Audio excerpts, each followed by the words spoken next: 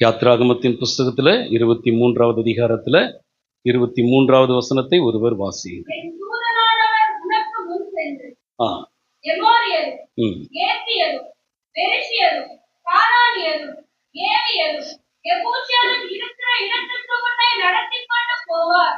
அவர்களை நான் அதம் பண்ணுவேன். கையை உயர்த்தி அல்லேலூயா சொல்லுவோம். ஃபர்ஸ்ட் சொல்லப்பட்டிருக்கிறவர் குமாரனாகிய இயேசு, கடைசியாய் சொல்லப்பட்டிருக்கிறவர் பிதாவாகிய தேவன். எத்தனை பேருக்கு புரியுது? ஃபர்ஸ்ட் சொல்லப்பட்டிருக்கிறவர் யாரு? என் தூதனானவர் அப்படின்றவர் குமாரனாகிய இயேசு.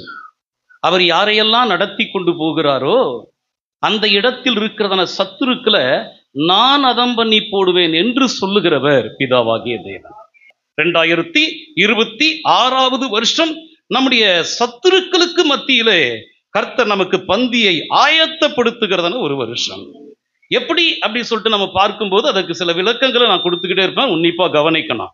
எகிப்து தேசத்திலிருந்து இஸ்ரவேல் ஜனங்களை புறப்பட பண்ணின போது அவர்களை அடிமைப்படுத்தி வைத்திருந்த சத்துருக்களை அன்றைக்கு கர்த்தர் எப்படி அதம் பண்ணினாரோ, அப்ப நல்லா விளங்கி கொள்ளணும். ஒரு பக்கத்துல சத்துருக்களை பிதாவாகிய தேவன் அதம் பண்ணி கொண்டிருக்கிறார், இன்னொரு பக்கத்துல தேவ ஜனங்களுக்கு ஆட்டுக்குட்டியானவர் விருந்து கொடுத்து கொண்டிருக்கிறார். ரெண்டு காரியம் நடக்குது. ஒரு பக்கத்துல சத்துருக்களுக்கு ஆண்டவர் அவங்களை அதம் பண்ணி போடுறாரு, இன்னொரு பக்கத்துல விருந்து கொடுக்கப்படுகிறது. ஸ்தோத்திரம். அப்ப இஸ்ரவேல் ஜனங்களுக்கு கர்த்தர் கொடுத்த, எத்தனை பேர் இது வேணும் இந்த வருஷத்துல, எத்தனை பேர் இது நடக்கணும்?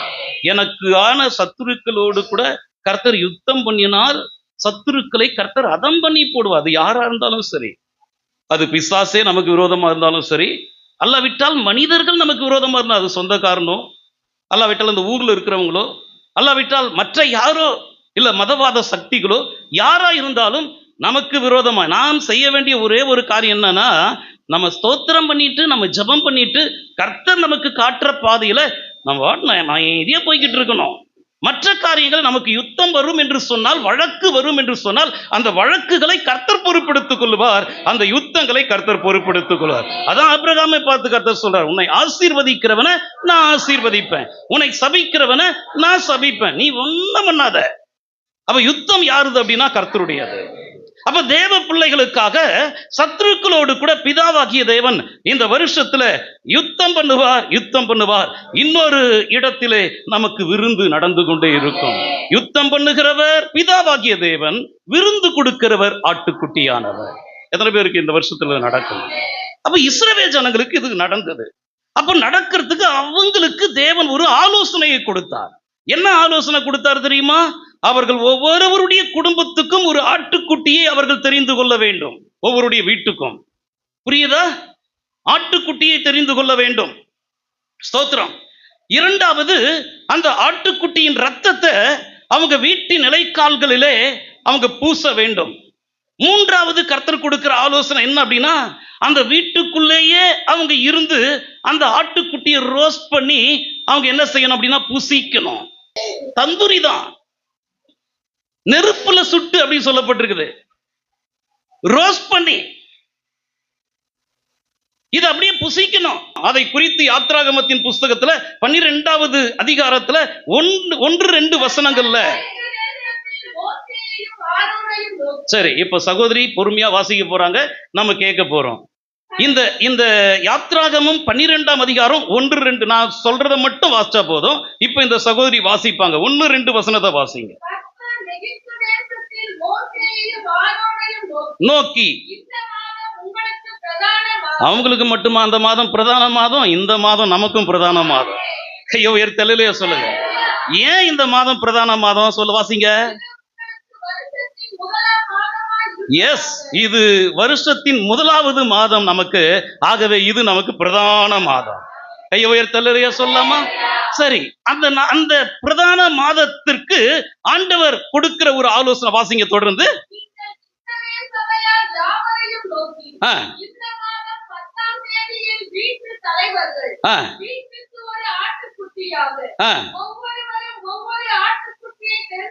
இந்த 3வது வசனமா? அது 3வது வசனத்துல கர்த்தர் சொல்றதான அந்த சத்தியம் அவங்களுக்கு, கர்த்தர் சொல்றதான சத்தியம், அதே சத்தியம் தான் நமக்கும்.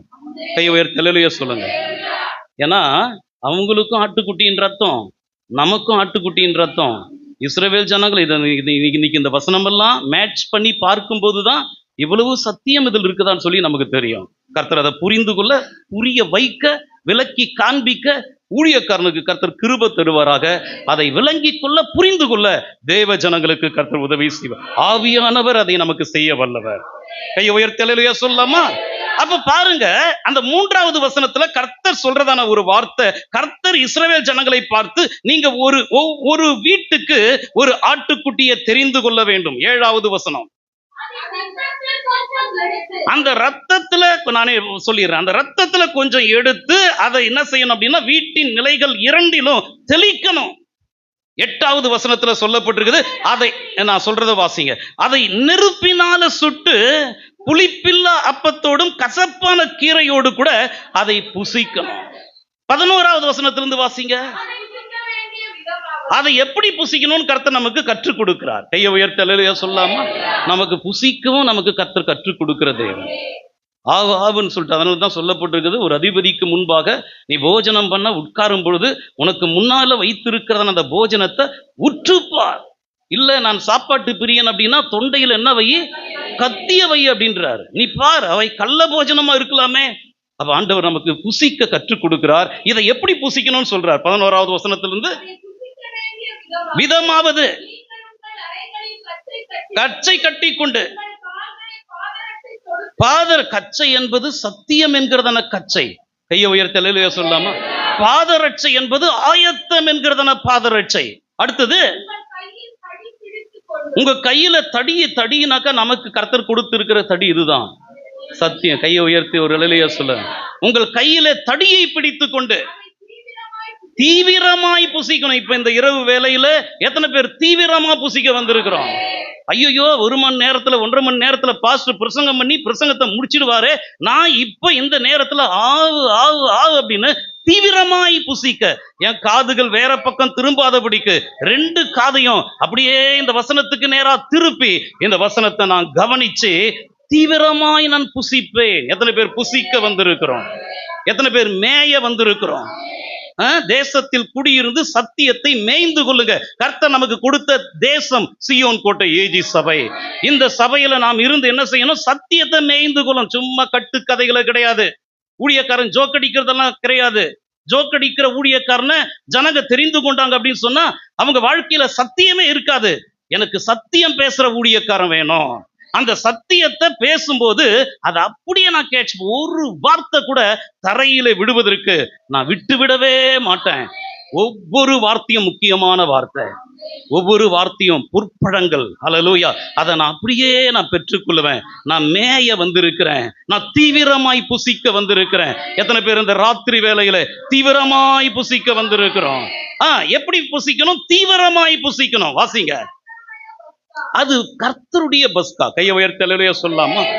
கர்த்தருடைய பஸ்கா. அது கர்த்தருடைய பஸ்கா. அந்த ராத்திரியில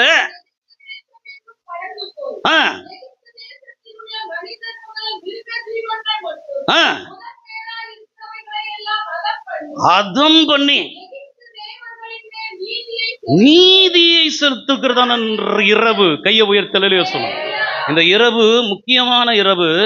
இந்த நாள் முக்கியமான நாள். இந்த மாதம் பிரதானமான மாதம், வருஷத்தின் 1வது மாதம்.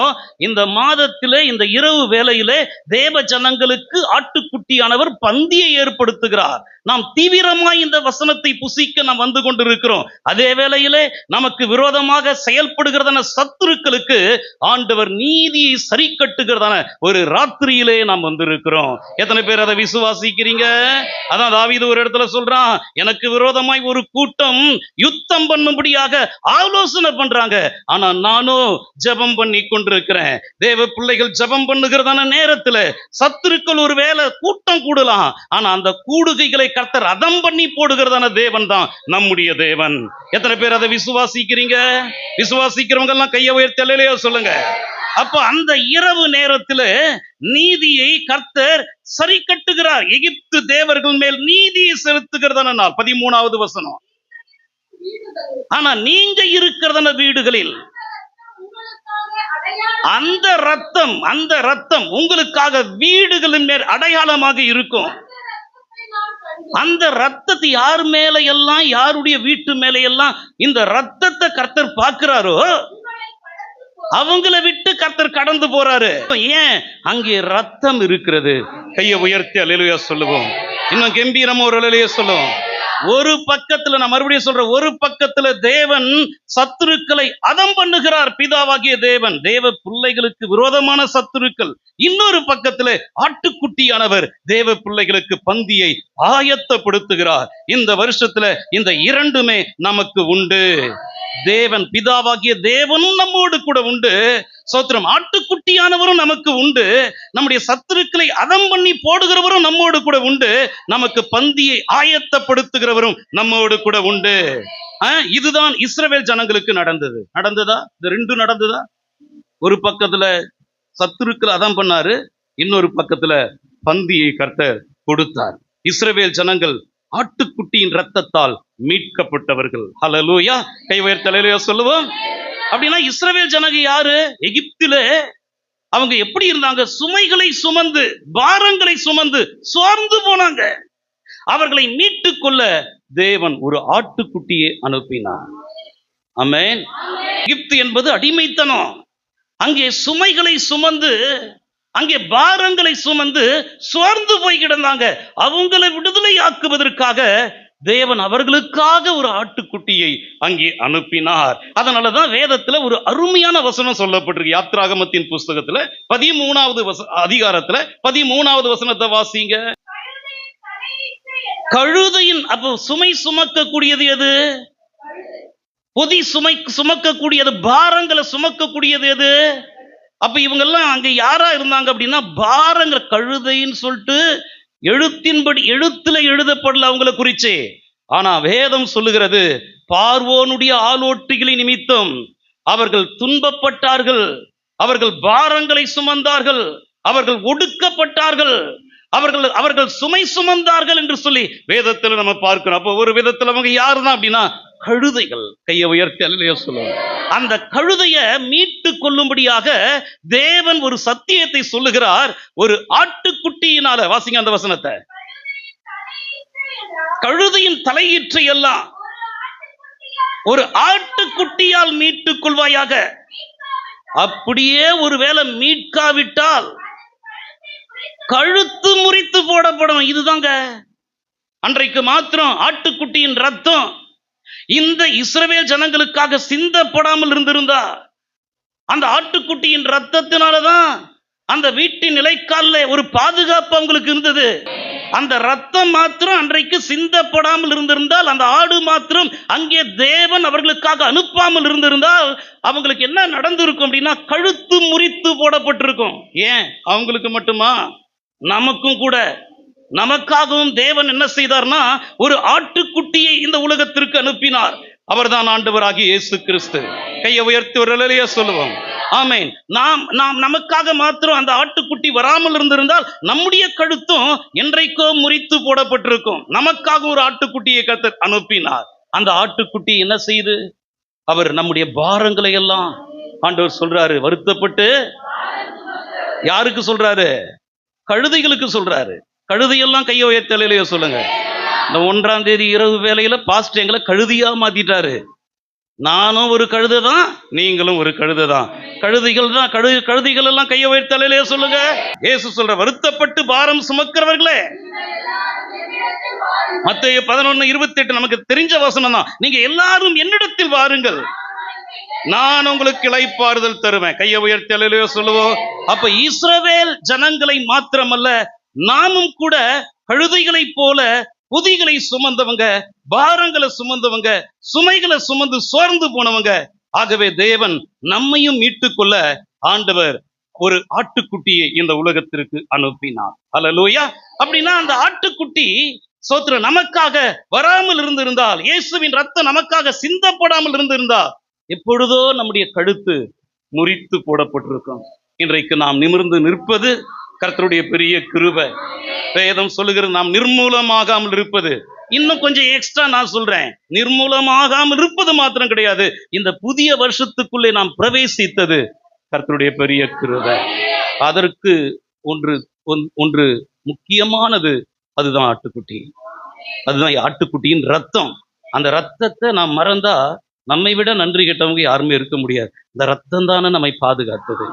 ரத்தத்துல ஜீவன் இருக்கிறது, ரத்தத்துல பாதுகாப்பு இருக்கிறது. அந்த ரத்தம் என்னை பாதுகாத்தது. நான் நிர்மூலமாகாமல் இருப்பது, இந்த புதிய வருஷத்துக்குள்ளே நான் பிரவேசித்திருப்பதற்கு காரணம் இயேசுவின் விலையேற பெற்ற ரத்தம். அந்த ரத்தத்தை நாம் கையில ஏந்தி கொண்டு, அது பரிசுத்தமான ரத்தம் என்று நாம் அதை கனப்படுத்தினபடினால அந்த ரத்தம் நம்மை நீதிமானாய் மாற்றி இருக்கிறது. அந்த ரத்தம் பிதாவின் இடத்திலே ஹல்லேலூயா நாம் நெருங்குவதற்கு நம்மை தைரியப்படுத்தி இருக்கிறது. அதுதான் இயேசுவின் விலையேற பெற்ற ரத்தம். ஹல்லேலூயா. ரத்தத்தால் மீட்கப்பட்டவங்க கையை உயர்த்தி ஒரு ஹல்லேலூயா சொல்லுங்க. அப்ப ரத்தத்தால் மீட்கப்பட்ட கர்த்தருடைய பிள்ளைங்கள்லாம் ஸ்தோத்திரம், அவங்களுக்கு ஒரு ஆசீர்வாதத்தை கர்த்தர் வைத்திருக்கிறார். இஸ்ரவேல் ஜனங்களுக்கு ஒரு ஆசீர்வாதம் என்னன்னா, மீட்கப்பட்டவங்க ரத்தத்தால அவங்கள கர்த்தர் தனியே விடல. அவங்களை எகிப்திலிருந்து கர்த்தர் வெளியே கொண்டு வந்துட்டாரு. அடுத்தது வனாந்திரத்துல நடக்கும்போது அவங்கள கர்த்தர் கைவிடவே இல்லை. அவங்களுக்கு முன்னால கர்த்தர் சென்று கொண்டே இருந்தார். அவர்களை விட்டு கர்த்தர் என்ன செய்யல அப்படின்னா விலகவே இல்லை. அதை குறிச்சு யாத்ராகமத்தின் புஸ்தகத்துல 13வது அதிகாரத்துல 21, 22 வசனத்தை வாசி. அவர்கள் இரவும் பகலும் வழிநடத்த கூடும்படிக்கு கர்த்தர் பகலிலே அவர்களை வழிநடத்த மேகஸ்தம்பத்திலும், இரவிலே அவங்களுக்கு வெளிச்சம் காட்ட அக்கினி ஸ்தம்பத்திலும் அவர்களுக்கு முன் சென்றார். பகலிலே மேகஸ்தம்பம், இரவிலே. பகல்ல என்ன நடக்கும்? வெயில் பயங்கரமா இருக்கும்ல, ஆனா மேகம் இருக்கும்போது வெயிலின் உஷ்ணம் தனியும். அப்ப இரவுல என்ன இருக்கும்? குளிர் இருக்கும்ல, குளிர் நம்மை பட்சிக்காதபடிக்கு அக்கினி நமக்கு வெதுவெதுப்பை கொடுக்கும். கை உயர்த்தி அல்லேலூயா சொல்லுங்க. அப்ப இஸ்ரவேல் ஜனங்கள வனாந்திரத்துல பகலிலே மேகஸ்தம்பமும் இரவிலே அக்கினி ஸ்தம்பமும் ஜனங்களிடத்திலிருந்து விலகி போகவே. எத்தனை பேர் இந்த வருஷத்துல கர்த்தர் என்னை விட்டு விலகி போகவே கூடாது? ஆனா நாம் கர்த்தரை விட்டு விலகாம இருந்தா கர்த்தர் நம்மை விட்டு விலக மாட்டார். அதனாலதானே கர்த்தர் சொல்ல, என்னை கனம் பண்றவன நானும் கனம். எப்பா நத்தானியேல், உங்களை விட்டு கர்த்தர் விலக கூடாதா? நீங்க கர்த்தரை விட்டு விலக கூடாது. இது நாம் செய்ய வேண்டியதை நாம் செஞ்சா கர்த்தர் செய்ய வேண்டியது கர்த்தர் செய்வார். எத்தனை பேரை விட்டு இந்த வருஷத்துல கர்த்தர் என்னை விட்டு விலகவே கூடாது? இன்னைக்கு ஒரு ஆலோசனை உங்களுக்கு வருது, நீங்க கர்த்தரை விட்டு விலகாதீங்க. வேதத்துல ஒரு மனுஷனை குறிச்சு பார்க்கிறோம். அவன் பேர் யோசுவா. அவன் ஆசரிப்பு கூடாரத்தை விட்டு பிரியாம இருந்தான் அப்படின்னு யாத்ராகமம் 33:11 அப்படிதான் சொல்லப்பட்டிருக்கிறது. ஆகவே யோசுவா 1ஆம் அதிகாரத்துல 5வது வசனத்துல கர்த்தர் அவனை பார்த்து சொல்றாரு, நீ உயிரோடு இருக்கிறதன நாளளவும் ஒருவனும் உனக்கு முன்பாக எதிர்த்து நிற்பதில்லை. நான் மோசையோடு கூட இருந்தது போல நான் உன்னோடும் இருப்பேன். நான் உன்னை விட்டு விலகுவதில்லை, நான் உன்னை கைவிடுவதில்லை. கையை உயர்த்தி அல்லேலூயா சொல்லாமா?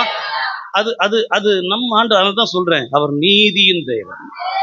நாம் எப்படி, அதான் உத்தமனுக்கு கர்த்தர் உத்தமர், புனிதனுக்கு கர்த்தர் புனிதர். மாறுபாடு, அதாவது வேடிக்கை காட்டுறவனுக்கு அவரு கூட வேடிக்கை காட்டுவாரு. நம் ஆண்டவர் போல ஐயோ நாம் யாரோ, நம் தேவன் அவர் தான். புரியுதாங்க? பொய் உள்ளவனா ஐயோ அவருக்கு தெரியும், எல்லாமே தெரியும்.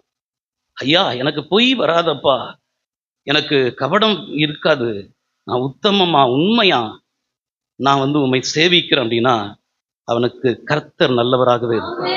வேதம் சொல்லுகிற சுத்த இருதயம் உள்ள இஸ்ரவேலருக்கு தேவன் நல்லவரா, கர்த்தர் நல்லவராகவே இருக்கிறார். யாருக்கு கர்த்தர் நல்லவர்? சுத்த இருதயம் உள்ளவங்களுக்கு, உத்தமர்களுக்கு கர்த்தர் உத்தமர். அப்ப நாம் தான் எல்லாமே. நாம் கர்த்தரை விட்டு விலகலைன்னா கர்த்தர் நம்மளை விட்டு விலகவே மாட்டார்.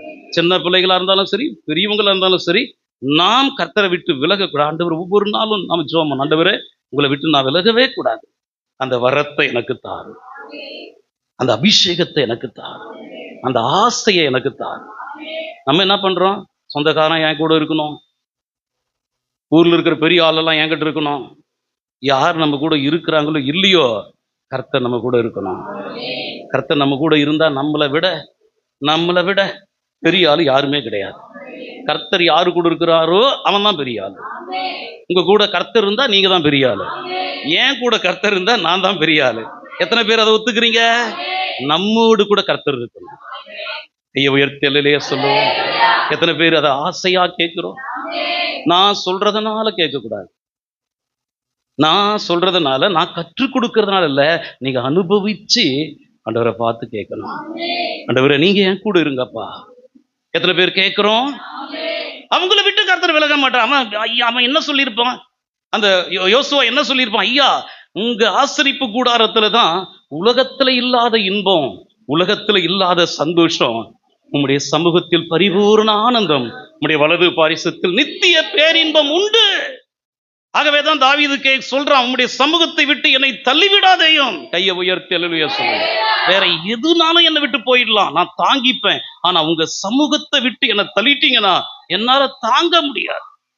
என்னால அதை என்ன பண்ண முடியாது? தாங்கிக் கொள்ள முடியாது. அல்லேலூயா. நான் உங்க சமூகத்தில் இருக்கணும், நான் உங்க ஆசரிப்பு கூடாரத்தில் இருக்கணும். அவனை பார்த்து கர்த்தர் சொல்றாரு, நான் உன்னை விட்டு விலகுவதில்லை, நான் உன்னை கைவிடுவதே இல்லை. அல்லேலூயா. அப்போ யார் கர்த்தரை விட்டு விடாமல் இருக்கிறாங்களோ அவங்கள கர்த்தர் விட்டு விடவே மாட்டார். அதைத்தான் ஒரு வசனத்துல தாவீது தன் குமாரனுக்கு சாலமோனுக்கு சொல்லும்போது 1 நாளாகமம் 28:9 கடைசி பகுதியில அவன் ஒரு வார்த்தையை சொல்லி முடிக்கிறான். நீ நீ அவரை, அதையும் வாசிச்சிருங்க, நீ அவரை தேடினால் உனக்கு தென்படுவார். இந்த வருஷத்துல எல்லாருக்கும் கர்த்தர் கொடுக்கிறாரு. இந்த வருஷத்துல யாரெல்லாம் கர்த்தரை தேடுறாங்களோ அவங்களுக்கு கர்த்தர் தென்படுவார். எத்தனை பேருக்கு கர்த்தர் எனக்கு தென்படணும், கர்த்தர் என் கண்ணுக்கு தெரியணும், இந்த வருஷத்துல அது நடக்கணும். எப்ப நடக்கும் தெரியுமா? நீ கர்த்தரை தேடினால் அவர் உனக்கு தென்படுவார். ஏன்னா ரொம்ப நாள் அந்த அந்த சகேயு கர்த்தரை தேடினானே, அவனுக்கு கர்த்தர் தென்பட்டாரா?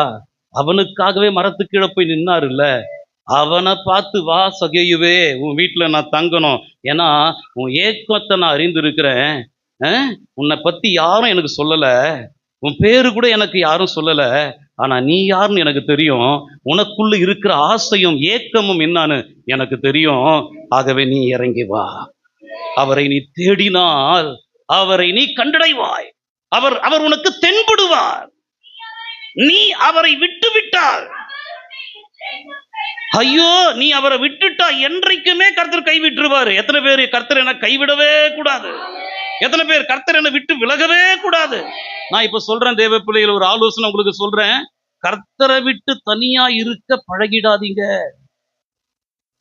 புரியுதா நான் சொல்றது? எதனாலும் மனிதர்களை விட்டு தனியா இருக்க கூட பழகிக்கிங்க, ரொம்ப சந்தோஷம். ஆனா கர்த்தரை விட்டு தனியா வாழ நீ பழகிட்ட அப்படின்னு சொன்னா உன்னை யாராலையும் காப்பாற்ற முடியாது. புரியுதா? எத்தனை பேர் ஐயா என் கர்த்தரோடு கூட நான் இருக்கணும், நான் வாழ்ந்தாலும் கர்த்தரோடு வாழணும், நான் செத்தாலும் கர்த்தரோடு சாகணும். ஏன்னா நான் வாழ்ந்தாலும் என்னை பிழைக்க வைக்கிறவர் அவர்தான், நான் செத்தாலும் என்னை பிழைக்க வைக்கிறவர் அவர்தான். ஏன்னா உயிரோடு இருக்கிறவர்களுக்கு மாத்திரம் கிடையாது, மரித்தோர்களுக்கும் அவரே தயை செய்கிற தேவன். கையை உயர்த்தி அல்லேலூயா சொல்லுங்க. உயிரோடு இருக்கும் போதும் தாயை போல நம்மை தேற்றுவார், மரித்த பிறகும் தாயை போல நம்மை தேற்றுவார். யார கர்த்தர் தேற்றினாரு? லாசரு. சிரிச்சா என்ன அர்த்தம்? லாசருவை கர்த்தர் தேற்றினார். எங்க தேற்றினாரு? ஆபிரகாமுடைய மடியில கொண்டு போய் விடப்பட்டு ஆபிரகாம் சொல்றாரு, இப்பொழுது அவன் தேற்றப்படுகிறான். மரணத்துக்கு பிறகு தாயை போல நம்மை தேற்ற, தாலாட்ட, நமக்கு பாடல்களை பாட, நம்மை சீராட்ட, நம்முடைய கண்ணீரை நிரந்தரமாய் துடைக்க, நம்மை பத்திரமாய் பார்த்து கொள்ள, நம்மை சுகமாய் தங்க வைக்க நம் இயேசு வல்லவர். நான் வெறும் உலக பிரகாரமா உங்களுக்கு கார் கொடுப்பாரு பணம் கொடுப்பாருன்னு பிரசங்கம் பண்ண அழைக்கப்படல. மரணத்துக்கும் நீ ஆயத்தமாகணும், அதன் பிறகு இருக்கிற சந்தோஷத்துக்கும் நீ ஆயத்தமாகணும். இருந்தாலும் சந்தோஷம், மரித்தாலும் சந்தோஷம். இந்த வருஷத்துல எது நடந்தாலும் சந்தோஷம். ஆனா கர்த்தர் நம்ம கூட இருக்கணும். கர்த்தருடைய வருகை வந்தாலும் சந்தோஷம், ஆண்டவரோடு கூட நாம் இருக்கணும். புரியலையாங்க? மரணம்னாக்கா உடனே பயப்படுவாங்க. அது போல ஒரு ப்ரொமோஷன் எதுவுமே கிடையாது தெரியுமா? மரணம் தாங்க நெக்ஸ்ட் லெவலுக்கு நம்மளை கொண்டு போறது, உன்னதத்துக்கு கொண்டு போறது.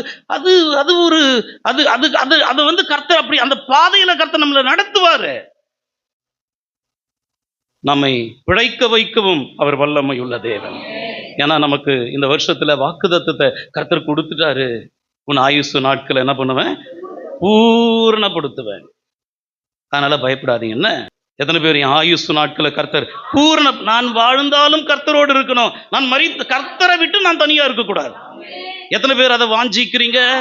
தனியா இருக்க. ஏன்னா ஆண்டவர் சொல்றாரு இல்ல, மனுஷன் தனிமையா இருப்பது நல்லது அல்ல என்று ஏற்ற துணைய, நமக்கு ஏற்ற துணை இந்த உலகத்துல யார் தெரியுமா? ஐயோ, கர்த்தர் தான். புருஷனுக்கும் ஏற்ற துணை அவர்தான், மனைவிக்கும் ஏற்ற துணை அவர்தான். அவரை போல ஏற்ற துணையை யாரையுமே நம்ம பார்க்கவே முடியாது. நாசியில சுவாசம் உள்ள மனுஷனை நம்புவதை விட்டு விடுங்க. எம்மாத்திரம் எண்ணப்படுவதற்கு அவன் எம்மாத்திரம். எந்த மனுஷனும் பொய்யன் என்று என் மன கலக்கம் வரும்ல, அப்போதான் சொல்லுவ, ஐயோ எல்லாம் பொய்யன்டா, என் இயேசு தான் பெரியவர், என் இயேசு நல்லவர். கையை உயர்த்தி அல்லேலூயா சொல்லுவோம், கம்பீரமாய் ஒரு அல்லேலூயா சொல்லுவோம். மனுஷன் தனிமையா இருப்பது நல்லதல்ல, ஏற்ற துணைய நான் உண்டாக்குவேன். எப்ப உண்டாக்கி கொடுத்தா அவ கால வாரிட்டா. இப்பதான் எனக்கு ஞானோதயமே உதிக்குது இந்த வசனத்தை சொல்லும் போது. மனைவிய கர்த்தர் கொண்டு வந்து புருஷன் பக்கத்துல நிறுத்தினா அவ தானும் கெட்டா, புருஷனும் காலையும் வாரி விட்டுட்டா. அப்படி யாருமே நம்ம இருக்கக்கூடாது. ஆண்டவர் நமக்கு கிருபை தரணும். அல்லது ஏன் பிரச்சனை எப்படி வந்தது? அவ தனியா இருந்தா. ஏவாள் தனியா இருக்கும் போதுதான் பிசாசு அவங்கிட்ட போனா. அதனாலதான் மனுஷன் தனிமையா இருப்பது நல்லது அல்லனா, அவ எங்க இருந்திருக்கிறோம்? புருஷனோடு இருந்திருக்கணும். புருஷன் எங்க இருந்திருக்கணும்? மனைவியோடு இருந்திருக்கணும். அதன் நிமித்தம் தான் தன் தகப்பனையும் தன் தாயையும் விட்டு பிரிந்து தன் மனைவியோடு கூட புருஷனானவன் இசைந்திருப்பான். அவங்க ரெண்டு பேரும் ஒரே சரீரமா இருப்பாங்க. புரியுதா? இது இந்த உபதேசம் எத்தனை பேருக்கு புரியுது? அவங்க ரெண்டு பேர் அல்ல, கணவன் மனைவின்னு வந்துட்டாவே தனித்தனி ஆள் கிடையாது. அவர்கள் எல்லாரும், அவர் ரெண்டு பேரும் ஒருவராய் இரு மனங்களாய் இருந்தவர்களை திருமணத்தின் மூலமாக ஒரு மனமாய் கர்த்தர் இணைத்திருக்கிறார். எத்தனை பேரு நான் சொல்றது புரியுது? அப்படி நம்மள கர்த்தர் வந்து என்ன பண்றாரு? அப்படி தனியா இருக்க கூடாதுன்னு வச்சாக்கா அவ தனியா போனா படும் பாதகத்தி. அவ தனியா போனதுனால அவளை ஃபர்ஸ்ட்ல கவுத்தான். அடுத்தது அவளை வச்சு கிடாரியை கொண்டு சிம்சோனை போட்டாங்க பத்தியா அன்னைக்கு. அது போல இவளை வச்சே பிசாசு யார கவுத்துட்டான் அப்படின்னா ஆதாம கவுத்துட்டான். தனியா இருக்கக்கூடாது. நாம் தனியா இருக்கிறது நல்லது கிடையாது. எத்தனை பேர் இந்த வருஷத்துல நான் தனியாவே இருக்க மாட்டேன்? இந்த வசனத்தை எடுக்கும் போதே நான் யோசிச்சேன். ஒண்ணு, நான் மனைவியோடு பிள்ளைகளோடு இருக்கணும், அல்லாவிட்டால் வேதத்தோடு அவருடைய பாதத்துல இருக்கணும். ஐயோ, நான் தனியா மட்டும் இருக்க மாட்டேன். இல்லைன்னா எங்க விசுவாசிகள் நடுவில் பிரசங்கம் பண்ணணும். நிறைய நல்ல கர்த்தருடைய ஊழியக்காரர்கள், ஐயா நான் பிரசங்கம் பண்ணும்போதே தேவராஜ்யத்துக்கு போகணும். அதை விட மகிமையான ஒரு மரணம் எதுவுமே கிடையாது. தனியா இருக்கவே கூடாது. தனிமையில தான் ஏசப்பா தனியா போனார் பத்தியா, உபவாசித்து ஜெபம் பண்ண போனா அங்க வந்து நிக்கிறான் மேல்படியான். நாம் தனியா போகவே கூடாது. நாம் எப்பொழுதும் நம் குடும்பத்தோடு இருக்கணும். எப்பொழுதும் நாம் கர்த்தரோடு கூட இருக்கணும். வேதம் என்ன சொல்லுகிறது? பிரசங்கி 4ஆம் அதிகாரத்துல 9வது வசனம் 10வது வசனத்தை வாசிங்க. பைபிள் என்ன சொல்லுது? வாசிங்க. ஒண்டியா இருப்பதிலும் இருவர் கூடி இருப்பது நலம். எத்தனை பேர் நலம்? எத்தனை பேர் நான் நலமா இருக்கணும்? எத்தனை பேர் கேட்கிறோம்? தனியா இருந்தா நல்லா இருக்க மாட்டேன், ஆனா 2 பேர் கூடி இருந்தா நல்லா இருப்ப. அந்த 2 பேர்ல யாரும் கூட இருக்கிறான் இல்லையோ, கர்த்தரும் கூட இருக்கணும். வாசிங்கம்மா. 2 பேர் கூடியிருப்பது நலம். அவங்க பிரயாசத்தினால நல்ல பலன் அவங்களுக்கு உண்டாகும். ஒருவன் விழுந்தா உடனாளி தூக்கி விடுவான். ஐயோ, தனியா இருந்து விழுந்துட்டான் அப்படின்னா அவனுக்கு ஐயோ. எத்தனை பேருக்கு கர்த்தர் என் துணையா இருக்கணும்? எத்தனை பேர் இந்த வருஷத்துல கர்த்தர் என்னை தூக்கி விடணும் அப்படின்னா கர்த்தர் நம்மோடு கூட இருக்கணும். அதனால்தான் இஸ்ரவேல் ஜனங்களை, லட்சக்கணக்கான ஜனங்களை மோசே வழி நடத்தினானே, அவன் கர்த்தரை பார்த்து சொல்றான், ஐயா என்னை தனியா விட்டுறாதீங்க. இப்ப கூட அந்த ஊழியத்தில் இருக்கிறோம்ல, நாங்க ஆண்டவரை பார்த்து சொல்லுவோம், எங்கப்பா உங்க பாதத்தை பிடிக்கிறேன், என்னை தனியா விட்டுறாதீங்க, என்னை தனியா பலிபீடத்துல நிக்க வைக்காதீங்க, நான் இயலாதவன், என் இயலாமையில நீ செயல்படணும். புரியுதா? எத்தனை பேர் சொல்றது? நம்மள சில நேரத்துல செயலிழக்க வச்சுட்டு அவர் செயல்படுவாரு பார்த்தீங்களா, அதுதாங்க மகிமை. நாம் செயல்பட்டா சரிப்பா என்னால தான் முடியுது இல்ல, நான் கொஞ்சம் வேடிக்கை பார்க்கறேன்னு வேடிக்கை பார்ப்பார். அப்பதான் நடக்கும் பாருங்க பிரச்சனை. நான் எனக்கு மட்டும் சொல்ல, உங்களுக்கும் சேர்த்து தான் சொல்றேன். உன்னாலதான் முடியுதுன்னு நீ நினைக்கிறல்லம்மா, நான் கொஞ்சம் ஒதுங்கி நிக்கிறேன், பார்த்துக்க, நான் உன்னை வேடிக்கை பார்க்கிறேன் அப்படின்னா கதி கலங்கி போயிடுவோம். இந்த வருஷத்துல கர்த்தர் நமக்கு துணையா இருக்கணும். இந்த வருஷத்துல கர்த்தர் நம்மளை தூக்கி எடுக்கணும். அதற்கு கர்த்தர் நம்மோடு கூட இருக்கணும். நம்மோடு கூட இருக்கணும்னா நீ கர்த்தரோடு கூட இருக்கணும். எத்தனை பேர் கர்த்தரோடு கூட இருக்கணும்? அப்போ தேவ பிள்ளைகளே, மோசேயே சொல்றான், அத்தனை ஆயிரம் லட்சக்கணக்கான ஜனங்களை கர்த்தருக்கு நேரா, அந்த தேசத்துக்கு நேரா, பாலும் தேனும் ஓடுகிற கானான் தேசத்துக்கு நேரா வழி நடத்திக்கிட்டு இருக்கிறான். அவன் கர்த்தரை பார்த்து சொல்றான், நீங்க எங்க கூட வரலனா நாங்க இந்த இடத்திலிருந்து புறப்பட மாட்டோம். யாத்ராகமத்தின் புஸ்தகத்துல 33ஆம் அதிகாரத்துல 15 17 வசனம் வரை. அவரை நோக்கி, உம்முடைய சமூகம் என் கூட செல்லாம போனா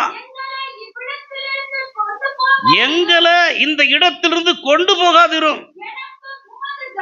ஜனங்களையும் சேர்த்துக்கிறான், அவன் தன்னையும் சேர்த்துக்கிறான். எனக்கு மாத்திரமல்ல, உம்முடைய ஜனங்களுக்கும் உம்முடைய கண்களிலே கிருபை கிடைத்தது என்பது எதனால அறியப்படும்?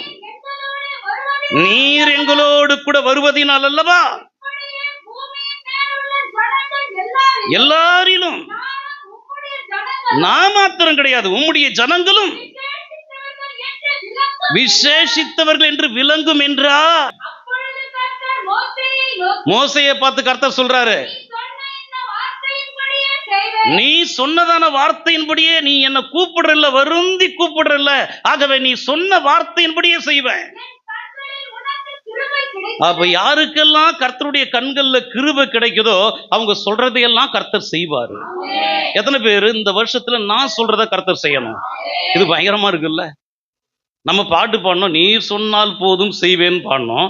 இப்ப பிரசங்கம் வருது, நான் சொல்றத அவர் செய்யணும்.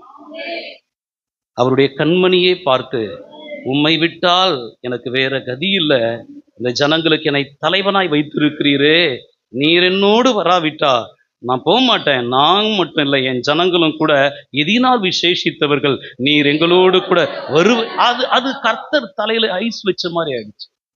அது கர்த்தரை ரொம்ப அப்படி கூல் ஆக்கிடுச்சு. உடனே அவரு புரியாம பேசுறாரா, புரிந்து பேசுறாரா தெரியல, நீ சொன்ன வார்த்தையின்படியே செய்வோமா. சில நேரத்துல நம்முடைய கிரியைகளும், நம்முடைய ஆராதனையும், நம்முடைய அர்ப்பணிப்பும், நம்முடைய பொருத்தனைகளும், நாம் கர்த்தருக்கு ஒப்பு கொடுத்தலும் கர்த்தரையே என்ன செய்யணும் அப்படின்னா ஒரு மாதிரி ஆக்கிடணும். ஐயோ, என் இருதயம் எனக்குள்ள குழம்புகிறதே, உன்னை நான் எப்படிப்பா கைவிடுவேன்? ஹல்லேலூயா.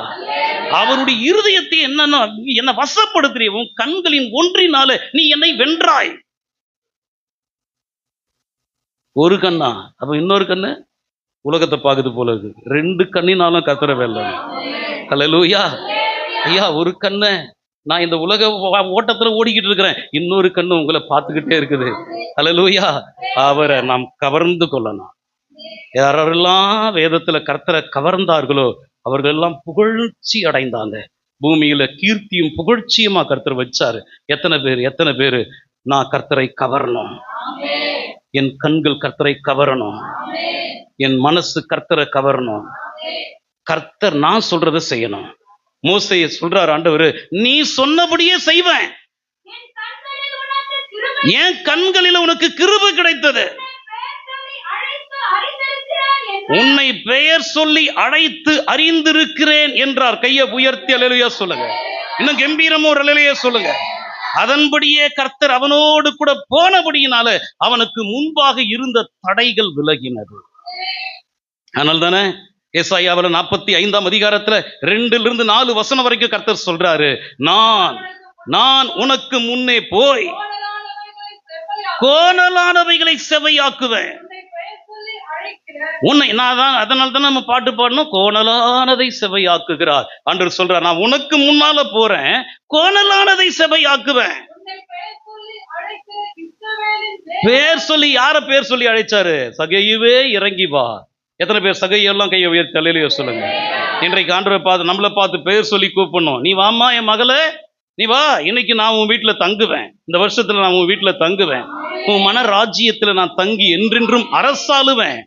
அல்லேலூயா. எத்தனை பேரு ஆண்டவரே என் வீட்டுல தங்கணும், ஆண்டவரே என் பேரை சொல்லி அழைக்கணும், ஆண்டவரே கர்த்தர் சொல்றார், உனக்கு முன்னால நான் போயிட்டு கோணலானவைகளை செவையாக்குவேன். இஸ்ரவேலின் தேவனாகிய நீ அறியும்படிக்கு. இதுதாங்க பயங்கரமான வார்த்தை. வெண்கல கதவுகளை உடைத்து, இருப்பு தாழ்பால்களை முறித்து, அந்தகாரத்தில் இருக்கிற பொக்கிஷங்கள், ஒளிப்பிடத்தில் இருக்கிற புதையல்களை உனக்கு கொடுப்பேன். கையை உயர்த்தி அல்லேலூயா சொல்லுங்க. இப்ப சொல்றேன் சுருக்கமா, அந்தகாரத்தில் இருக்கிற பொக்கிஷங்கள் என்பதும் ஒளிப்பிடத்தில் இருக்கிற புதையல்கள் என்பதும் தேவ ஜனங்களுக்கு முன்பாக கர்த்தர் வைத்து இருக்கிற ஆசீர்வாதங்கள். ஆனா அந்த ஆசீர்வாதங்களை சுதந்திரிக்க முடியாதபடிக்கு வெண்கல கதவுகளும் இருப்பு தாழ்பால்களும் அது தடையாக நிற்கிறது. வெண்கல கதவுகளை, இருப்பு தாழ்பால்களை ஒருவராலும் தகர்க்க முடியாது. அதனால்தான் நான் உனக்கு முன்னால போறேன்றாரு. எத்தனை பேர் கர்த்தர் எனக்கு முன்னால போறேன்? உதாரணத்துக்கு இஸ்ரவேல் ஜனங்களுக்கு முன்னால என்ன தடை இருந்தது? செங்கடல். அது ஒரு வெண்கல கதவு, அது ஒரு இருப்பு. அதை யாருன்னா தகர்க்க முடியுமா? ஏங்க, முன்னால போய் பாளையம் இறங்குறாங்க. அந்த மோசேயும் அவனோடு சேர்ந்ததான லட்சக்கணக்கான ஜனங்களும் முன்னால முன்னேறி போகணும்னு பார்த்தா செங்கடல் தடையா நிக்குது. அதை போய் யாராச்சும் உடைக்க முடியுமா? ஆண்டவர் முன்னால போனா செங்கடலை ரெண்டாக பிளந்தார். கையை உயர்த்தி அல்லேலூயா சொல்லுங்க. இன்னும் கம்பீரமா ஒரு அல்லேலூயா சொல்லுங்க. அப்ப தேவ பிள்ளைகளே, இஸ்ரவேல் ஜனங்களுக்கு முன்பாக தடையாக நின்றது செங்கடல். அது ஒரு வெண்கல கதவு போல் இருந்தது. கர்த்தர் முன்பாக போனபடினால ரெண்டாக கர்த்தர் அதை பிளந்தார். அப்படின்னா நமக்கு முன்பாகவும் கர்த்தர் போகணும், அதே வேளையில கர்த்தர் நமக்கு பின்பாகவும் இருக்கணும். எத்தனை பேர் இந்த வருஷத்துல கேட்குறீங்க, ஆண்டவரே எனக்கு முன்னால நீங்க ஸ்பீடா போயிடாதீங்க, உங்க கால் எடுத்து வச்சீங்கன்னா. சின்ன வயசுல எல்லாம் எங்க அம்மா நடக்கும்போது நான் அழுவேன், அம்மா நீங்க நான் 10 அடி எடுத்து வைக்கிறதுக்குள்ள நீங்க எங்கேயோ போறீங்களேம்மா. ஏன்னா அம்மா பெரியவங்கல்ல, கால் ரொம்ப பெருசு பெருசு கால் இல்லை. அதனால நான் சின்ன பையனா இருந்து சின்ன சின்ன கால் எடுத்து வைக்கிறதுக்குள்ள அவங்க எங்கேயோ போவாங்க. அம்மாவே அப்படின்னா நம்ம பரலோக தகப்ப, வானம் அவருடைய சிங்காசனம், பூமி. அப்ப அவர் நமக்கு முன்னால ஸ்பீடா போனா, ஐயோ ஆண்டவரே எனக்கு முன்னால போகிறதான நீர் எனக்கு பின்னாலையும் இருக்கணும். கேக்குறீங்களா? எத்தனை பேர்? இது ஞானமான காரியம். ஏன் அப்படின்னா, இஸ்ரவேல் ஜனங்கள் முன்னாலேயும் கர்த்தர் போனாரு, அதே வேளையில பின்னாலேயும் கர்த்தர் நிக்கிறாரு. ஏன் தெரியுமா பின்னால இருக்கிறாரு? அப்படி பின்னால ஏன் இருக்கணும் அப்படின்னா, சத்துரு பின்தொடர்ந்து வருவான். இப்ப 2025 எத்தனை உனக்கு பிடிச்சிருக்கிற பீடையெல்லாம் அந்த 2025 போச்சு நீ நினைக்கலாம். போன மச்சான் திரும்பி வந்தான் பூமனத்தோட அப்படி சொல்லிட்டு என்ன பண்ணுவோம்? ஒரு மனுஷனுக்குள்ள இருந்து ஒரு ஆவி புறப்பட்டு போச்சுன்னா அது திரும்ப வரும். அது வெறுமையா இருக்கக்கூடாது. அதனால தான் நான் சொல்றேன், தனியா போவாத, உன்னோடு கூட கர்த்தர் இருக்கணும். அவர் உனக்கு முன்னாலேயும் போகணும், அவர் உனக்கு பின்னாலேயும் நிக்கணும்.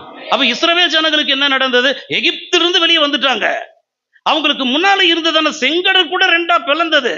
அவங்க முன்னேறி தான் போறாங்க. ஆனா பின்னால திரும்பி பார்த்தா பார்வோனின் சேனைகள் அவர்களை பின்தொடர்ந்து வந்தது. பார்வோனின் சேனைகள் பின்தொடர்ந்து வந்தது. அதை இஸ்ரவேல் ஜனங்கள் யாத்ராகமத்தின் புஸ்தகத்துல 14ஆம் அதிகாரத்துல 5 வாசிங்க.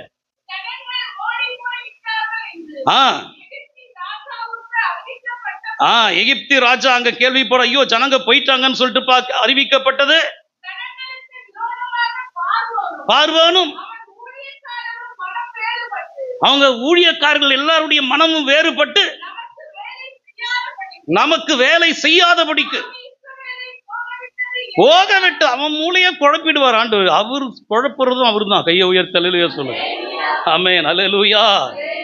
அவங்க மனம் வேறுபட்டதான். செய்யாதபடிக்கு போக விட்டது என்ன என்று என்றார்கள். ரதத்தை எடுக்கிறான் பத்தியா நமக்கு விரோதமா. சரி எடு. ரதத்தை பூட்டி தன் ஜனங்களை கூட்டிக் கொண்டு 600 ரதங்களாம். இவங்களுக்கு ரதமும் கிடையாது, குதிரைகளும் கிடையாது. யாருக்கு? இஸ்ரவேல் ஜனங்களுக்கு. ஆனா பிரதானமான 600 ரதங்களையும் மற்ற ரதங்களையும் வீரர்களையும் பாத்தீங்களா? என்னங்க இவங்க யுத்தத்தை அறியாத ஜனங்க. இவங்க கபடஸ்தர்கள், தெருச்சண்டையெல்லாம் போட தெரியாது அவங்களுக்கு. ஆனா நல்லா விளங்கி கொள்ளுங்க, யாருக்கு விரோதமா நீ எழும்புறன்னு சொல்லிட்டு மனசுல மனசுல புரிஞ்சுக்க. ஆ? நான் படைகளை திரட்டிக்கிட்டு வர, பிரதானமான 600 ரதங்கள் இல்லாம மற்ற ரதங்களையும் கூட்டிட்டு வர, யுத்த வீரர்களை எல்லாம் கூட்டிட்டு வர. வாசிங்கம்மா. கடினப்படுத்தினா அவன் இஸ்ரவேல் புத்திரரை பின்தொடர்ந்தான். கைய உயர்த்தி ஒரு நிலைய சொல்லுங்க. அவங்க தனியா போல, அடேய் தனியா போல, பலத்த கை அவங்க கூட இருக்குது. கைய உயர்த்தி அல்லேலூயா சொல்லுங்க. எத்தனை பேர் ஐயா என் கூட கர்த்தருடைய பலத்த கை இருக்கணும். ஊழியத்தில் நாங்க வந்திருக்கிறோம், எங்களுக்கு ஒரு பெரிய தைரியம் என்ன அப்படின்னா, கர்த்தருடைய பலத்த கை எங்க கூட இருக்குது. உங்களுக்கு நாங்க சொல்லித்தரோம், நீங்க கூட சொல்லுங்க. நான் சிங்கிளா இல்லை, எனக்கு யார் கை கொடுக்குறானோ கை கொடுக்கலையோ, என் கர்த்தருடைய பலத்த கை என்னோடு இருக்குது. என் ஓட்டத்துல கர்த்தருடைய கை என்கிட்ட இருக்குது. என் பிரயாணத்துல, என் நடையில, நான் போகிறதான பாதையில என் கூட இருக்கிறதான கை, அது பலத்த கை. ஏன்னா வேதம் சொல்லு, இஸ்ரவேல் புத்திரரோ பலத்த கையோடு கூட புறப்பட்டு போனாங்க. 9-10 வசனம். குதிரைகளோடும் ரதங்களோடும் குதிரை வீரர்களோடு கூட, சேனைகளோடு கூட அவர்களை தொடர்ந்து போய் சமுத்திர தண்டையில, சூப்பரா வாசிக்கிறீங்க சிஸ்டர், வாசிங்க. கிட்டினார்கள்.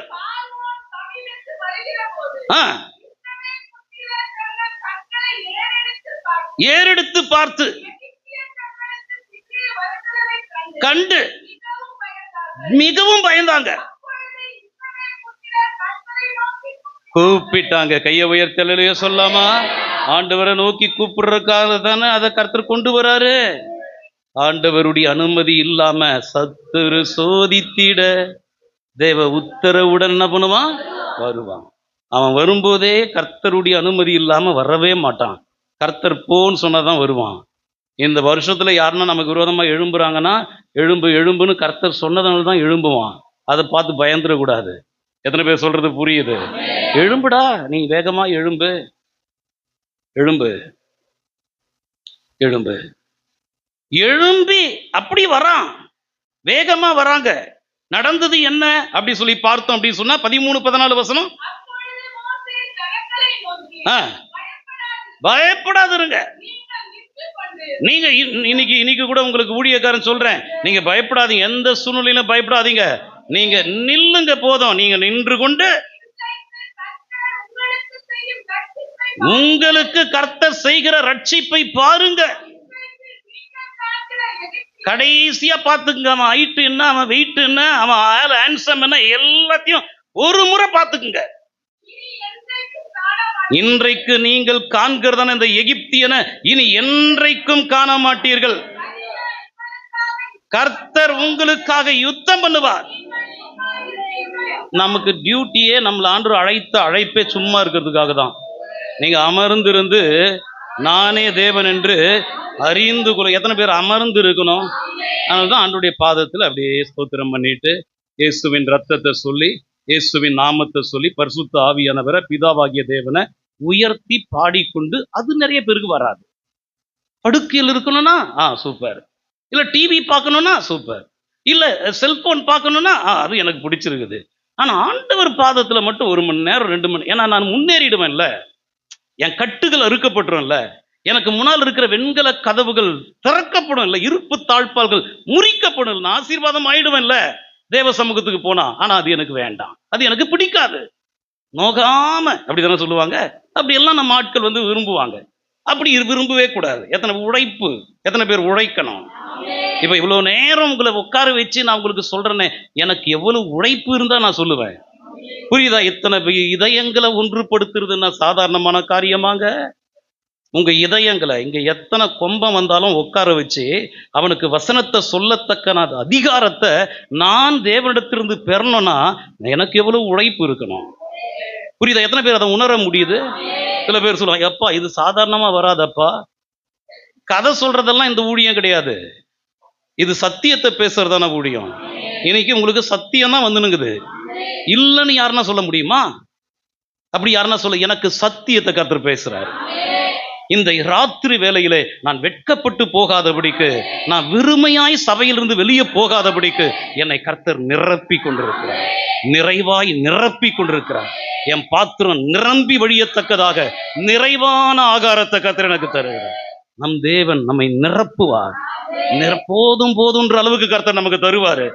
மீதியா கூட எடுத்துட்டு போக வைப்பாரு. எத்தனை பேர் அப்படி எடுக்க கர்த்தர், அதுக்குதான் இந்த இரவு நேரத்தில் கர்த்தர் கொண்டு வந்திருக்கிறாரு. தேவ பிள்ளைகளை, சும்மா இருக்கணும் நம்ம, ஆனா கர்த்தர் நமக்காக யுத்தம் பண்ணுவார். சும்மானாக்கா அப்படியே மொத்த படுக்கையில் இருக்கிறது இல்ல, முழங்காலில் நிற்கணும், உபவாசிக்கணும், ஜெபிக்கணும், கண்ணீர் தேவ சமூகத்துல வடிக்கணும். எவ்வளவு பாத்திரம் கண்ணீர் நிரம்புதோ அவ்வளவு கண்ணீரோடு விதைத்தா கெம்பீரமா அறுவடை செய்யும். மிகுந்த கண்ணீருக்கு மிகுந்த பலன் உண்டு, மிகுந்த ஜெபம் மிகுந்த பலன் உண்டு. பலன் இல்ல, ஜெபம் இல்லைன்னா பலன் இருக்காது. எத்தனை பேருக்கு எனக்கு பலன் இருக்கணும்? ஜெபம் இருக்கணும். ஜெபம் இல்லைன்னா ஜெயம் கிடையாது. எத்தனை பேர் சொல்றது புரியுது?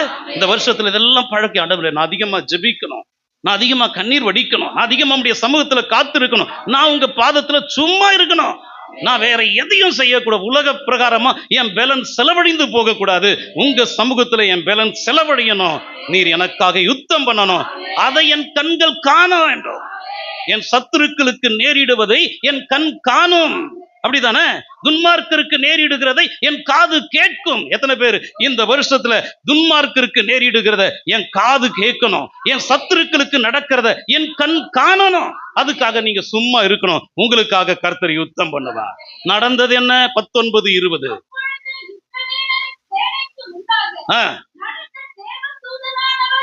விலகி. இன்னும் அருமையான வார்த்தை. இஸ்ரவேல் ஜனங்களுக்கு முன்பாக போனதான தேவ அந்த தூதனானவர் விலகி அவங்களுக்கு பின்னால நடக்கிறாரு. அவங்களுக்கு முன்னால போயிட்டு இருந்ததான மேகஸ்தம்பமும் விலகி அவங்களுக்கு பின்னால. இன்னும் ஆண்டவர் நமக்கு, ஆண்டவர் முன்னால போனாலும் ஆசீர்வாதம் தான். அவர் விலகிறாருனாக்கா என்ன அர்த்தம் தெரியுமா? நமக்கு பின்னால வரப்போறாருன்னு அர்த்தம். என்னை கர்த்தர் கைவிட்டுட்டாரோ, என்னை விட்டு கர்த்தர் விலகி போயிட்டாரோ, நீ கர்த்தரை விட்டு விலகாத வரைக்கும் அவர் உன்னை விட்டு விலகவே மாட்டார். ஆனா அவர் விலகிறார் அப்படின்னா எதுக்காக தெரியுமா? உன்னை கைவிட்டார்னு அர்த்தம் இல்ல. அவர் முன்பாக போகிறவர், அவர் பின்பாக வரப்போகிறார். சில நேரத்தில் அந்தகாரத்தில் நடக்கிறது போல இருக்கும், சில நேரத்துல எல்லாம் நமக்கு எதிரடையா இருக்கிறது போல இருக்கும். அந்த பாதையை நீ கிராஸ் பண்றது கர்த்தருக்கு நல்லா தெரியும். ஏன்னா இது மரண இருள் சூழ்ந்ததான ஒரு பள்ளத்தாக்கிலே நாம் நடந்து கொண்டு போய்கொண்டிருக்கிறோம். ஆண்டவர் நம்மளை கைவிடல. ஆண்டவர் முன்னால போகிறதான தேவன், அவர் நமக்கு பின்னாலேயே இருக்கிறாரு, அவர் நமக்கு மேலே இருக்கிறாரு, அவருடைய கண்கள் நம்மை பார்த்து கொண்டே இருக்கிறது. நாம் எவ்வளவு பிரயாசப்படுறோம், நாம் தனிமையில என்ன செய்யறோம்? அவர் மேலே இருந்து நாம் சுத்தமாய் இருக்கவே கர்த்தர் நம்மை உண்டாக்கி இருக்கிறார். நீ அசுத்தமாய் உன்னை நீ கெடுத்துக் கொள்வாய் என்று சொன்னா அவர் பாவத்தை பார்க்க மாட்டாத. நீ ஆண்டவருக்கு விரோதமா எழும்புற நினைக்காத, உன்னையே நீ அழிச்சிக்கிற, வேற ஒண்ணும் கிடையாது. எத்தனை பேர் என்ன நான் அழிக்க கூடாது, எனக்கு நான் ஆசீர்வாதமா இருக்கணும், என் தனிமையில, என் ஒளிப்பிடத்துல, என் அந்தரங்கத்துல நான் பரிசுத்தமா இருந்தா என் தேவன் என்னை ஆசீர்வதிப்பார். இந்த வருஷம் முழுவதும் அந்த வசனங்களை தியானிக்க ஆண்டவர் நமக்கு கிருபை தரும். புரியுதா? எத்தனை பேருக்கு புரியுது? ஆண்டவர் நமக்கு உதவி செய்யணும். நம்ம அந்தரங்கத்தோடு கர்த்தர் பேசணும், நம் ஒளிப்பிடத்தோடு கர்த்தர் பேசணும். இந்த உலக ஜனங்கள்லாம் வெளிப்பிரகாரமா பார்த்து பேசுவான். நம்ம ஆண்டவர் நம்முடைய மறைவிடத்தை பார்த்து, எப்பா எல்லாம் ஓகே தான், மனுஷனுக்கு முன்னால உன்னை இப்படி காட்டிக்கிறியே அது ரொம்ப ஓகே தான், ஆனா மனுஷன் பார்க்க முடியாத இடத்துல நீ யாருன்னு எனக்கு தெரியும். தெரியுமா தெரியாதா? அங்கதான் நான் பேசுவேன், அதை தான் நான் உங்ககிட்ட பேசுவேன். எத்தனை பேர் என் பாவத்தோடு கர்த்தர் பேசி என் பாவத்தை என்னை விட்டு கர்த்தர் அகற்றணும். அவர் செத்த பிரேதங்களோடு கூட பேசுகிறவர். கையை உயர்த்தி அல்லேலூயா சொல்லுங்க. ஏன்னா பிரேதத்தோடு பேசுறவர் மட்டும் இல்ல, பேசி உயிரோடு கூட எழுப்புகிறவர். ஆமென், ஹல்லேலூயா. எத்தனை பேர் என்னுடைய மறைவிடத்தோடு கர்த்தர் பேசி, என் அந்தரங்க பாவத்தோடு கர்த்தர் பேசி, அதை என்னை விட்டு கர்த்தர் அகற்றி என்னை கர்த்தர் பரிசுத்தமாய் மாற்றணும். தேவ பிள்ளைகளே, விலகுறாராம். இஸ்ரவேல் ஜனங்களுக்கு முன்னால போயிட்டு இருந்த கர்த்தருடைய தூதனானவர் விலகி அவர்களுக்கு பின்னால வந்து நிற்கிறாராம். இஸ்ரவேல் ஜனங்களுக்கு முன்னால போயிட்டு இருந்ததான மேகஸ்தம்பம் அவர்களை விட்டு விலகி அவர்களுக்கு பின்னால வந்து நின்றதாம். வாசிங்க தொடர்ந்து. அது எகிப்தருடைய சேனையும் அதுக்கு தான் கையை உயர்த்தலையா சொல்லாமா? அந்த செய்வினைகளும் அந்த மந்திரவாதங்களும் அந்த புள்ளி சூனியங்களும் அந்த பாவங்களும் அக்கிரமங்களும் பிசாசும் நம்ம கிட்ட வந்து ஒட்டாதபடிக்கு முன்னால போகிறதான தேவன் நமக்கு பின்னால இருந்து அதற்கும் நமக்கும் நடுவே பிளவை உண்டு பண்ணுகிற தேவன். ஹல்லேலூயா. இதுதாங்க, இதனால தாங்க நாம் நிர்மூலமாகாம இருப்போம். எத்தனை வேகமா எனக்கு விரோதமா எழும்புனா, ஆனா எழும்பவன்லாம் போட்டு போட்டுன்னு போறாரு. எத்தனை வேகமா எனக்கு விரோதமா எழும்புறான். ஆனா அவன் என் மேல கை போடாதபடிக்கு, அவன் என்னை டச் பண்ணாதபடிக்கு, அவன் என் பக்கத்துல ஒரு நாள் அப்படித்தான் ஊழியத்துக்கு வர்றதுக்கு முன்னால அருமையான சொப்பனத்தை கருத்து எனக்கு தந்தார். ஒரு ஜனத்திரள் நிறைந்ததான இடத்துல போய்கிட்டு இருக்கிறேன். அப்படியே ஒருத்தனை பார்க்கிறேன். அவனை பார்த்தா அவன் மனுஷன் கிடையாது, அவன் பேய். பார்த்த உடனே கண் பார்த்த உடனே அவ்வளோ பெரிய ஆளு குழந்தை மாதிரி மாறிடுது. குழந்தை மாதிரி மாறிட்டு என்ன நெருங்கி வருது. நான் சொல்றேன், இயேசுவின் நாமத்துல அங்கே நில் அப்படின்றேன். நிக்கல. எனக்கே டவுட்டா போச்சு. ஆனா பயமும் இல்லை, நான் ஓடவும் இல்லை, அங்கேயே நிக்கிறேன். அது பக்கத்துல வர வரைக்கும் நான் பிரயாசப்பட்டு சொல்றேன், இயேசுவின் நாமத்துல நில்லுன்ற. நிக்கல. ஆனா என் பக்கத்துல வந்து டச் பண்ண போதோ இல்லையோ தூக்கி வீசப்பட்டு பீஸ் பீஸா போயிடுச்சு. சில நேரத்துல பக்கத்துல வர்ற அளவுக்கு பிரச்சனையை கர்த்தர் அனுமதிப்பாரு, நம்மளை தொடுற அளவுக்கு பிரச்சனையை கர்த்தர் அனுமதிப்பாரு. ஆனா தொட்டு பாரு, நீ எனக்கு விரோதமா எழும்புகிற வரைக்கும் நீ நல்லவன், நீ சூப்பரா தான் இருப்ப.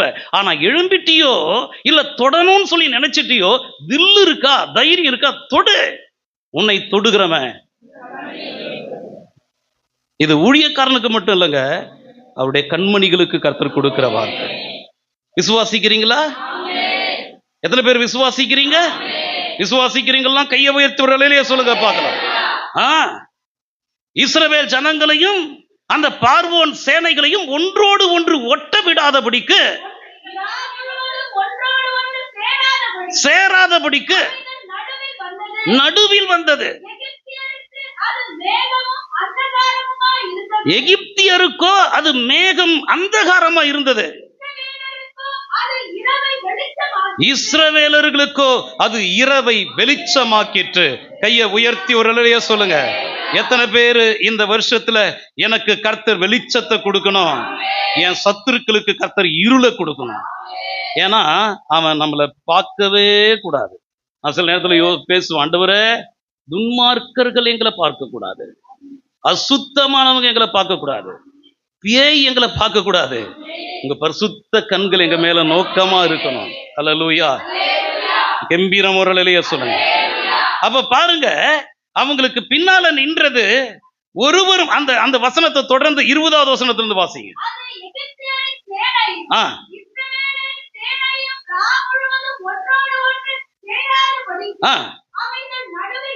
வந்தது இருந்தது, இஸ்ரவேலருக்கோ வெளிச்சமாக்கிற்று. மோசே தான் கையில் இருக்கிறதான அந்த கையை சமுத்திரத்துக்கு நேரா நீட்டினான்.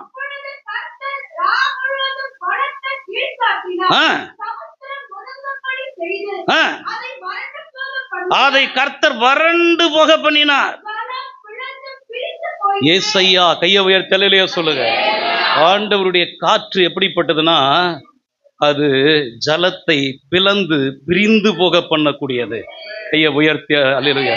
எத்தனை பேர் இந்த வருஷத்துல கர்த்தருடைய காற்று எனக்கு முன்னால போகணும், அது சமுத்திரத்தில் இருக்கிறதான தண்ணீரை பிளந்து பிரிந்து போக பண்ணக்கூடியது. கையை உயர்த்தி அல்லேலூயா சொல்லுங்க. ஆமென். சரி, தொடர்ந்து வாசிங்க.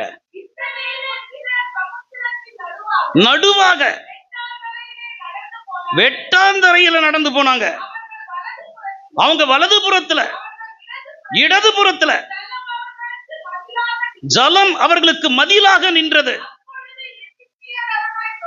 அவர்களை தொடர்ந்து ரதங்களோடும் குதிரை வீரர்களோடும் பிரவேசித்தார்கள். ஜாமத்தில்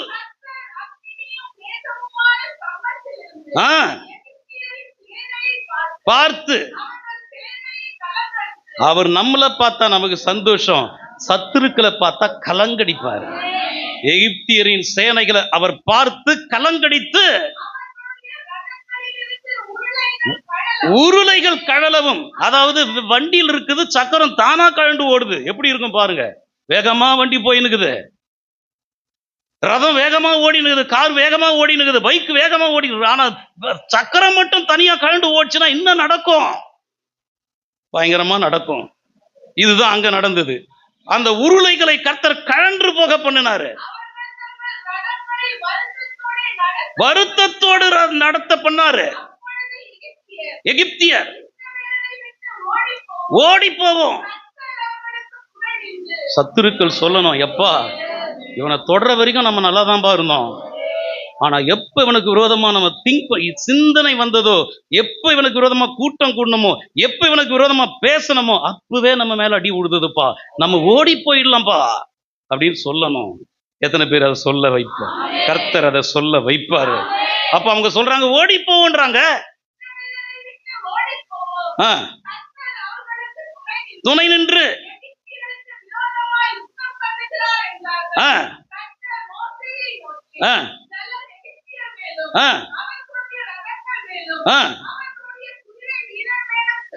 திரும்பும்படிக்கு நீட்டு என்றார். நீட்டினா பலமாய் திரும்பி அவங்க அதுக்கு எதிராக ஓடும்போது கவிழ்த்து போட்டார். ஜலம் திரும்பி வந்து ரதங்களையும், யார் ஒருத்தம் கூட கிடையாது தப்ப முடியாது, கை உயர் தலையிலேயே சொல்லுங்க, ரதங்களையும் குதிரை வீரர்களையும்